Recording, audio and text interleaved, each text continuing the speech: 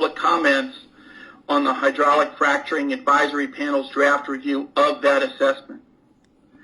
Kim File. I'm here. Do you have me? I can hear you very well.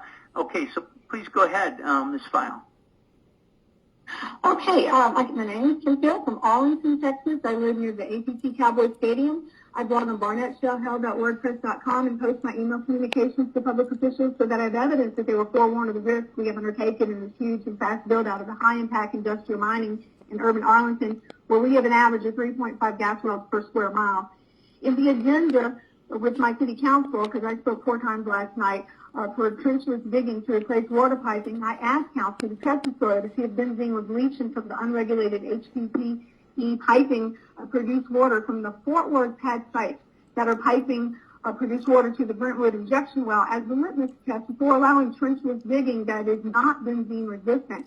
Arlington has about 60 pad sites and in addition has known EPA brownfield sites granted the right to not be remediated under the TCEQ MSD program. I spoke on the risk of selling water and wastewater bonds last night when our drinking water source, Lake Arlington, which has already had a Quicksilver 2010 workover spill that ran from a storage tank overnight into our lake.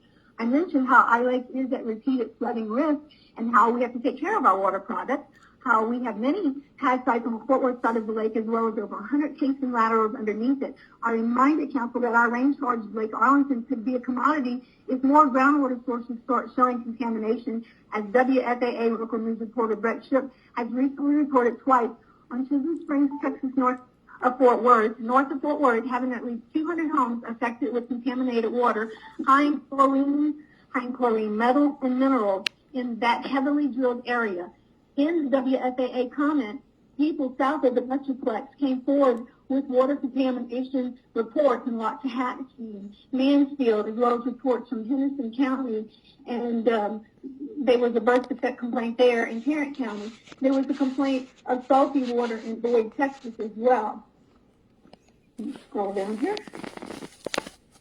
I blogged about how the EPA allows state regulators to decide what effluents to test for before releasing or selling recycled products produced wastewater west of the 98th meridian. I'm shocked that radionuclides is not on the list. I also see the risk of recycling wastewater become more popular to mitigate the ever-growing risk in injection well-induced frac lakes. Businesses are popping up to recycle produced water into useful products such as firefighting, road spraying, for dust or ice, agriculture, or for drought watering, like in lead farming, again, which they don't test for radionuclides there either. Currently, in Texas, injection wells is still the preference for fracking-related waste disposal, and yet the lower-level regulation of the class of injection wells, in my opinion, inappropriately designated with the least amount of TxDOT oversight and trucking. If we only can redesignate produced water hauling as T norm, then the truck drivers have to account for the volumes that they leave the frac site with, and those quantities must match up if they arrive at the injection well site. Flooding in the Texas drill sites have been the rage of social media lately, and now the El Paso Times, I believe, has been posting pictures of flooded drill sites when they pulling those pictures. We can see the hydrocarbons visibly spilling off into the floodwaters. This should be on the South's main radar as climate change surges to worsen the boom and bust of rain cycles. Last I spoke for the South, I ran out of time to report on a colleague of Texas home who had well water degradation after nearby drilling. I encourage the South to contact the city of Colorado to sanction numerous pre- and post nearby water well testing during this crash. Alarmingly, 2 water wells stopped working after the drilling and could not participate in the post-test results, and yet they were not included in the summary statistics.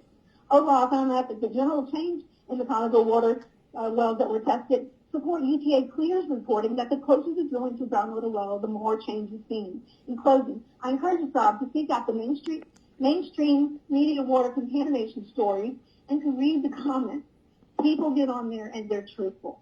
You will find more relevant testimonies. Recently, I saw one in the Eagle Mountain, Azle area, where a commenter said his water well went bad after fracking came in. I recently endured suing Chesapeake Energy in small claims court representing myself. It took a year of my life.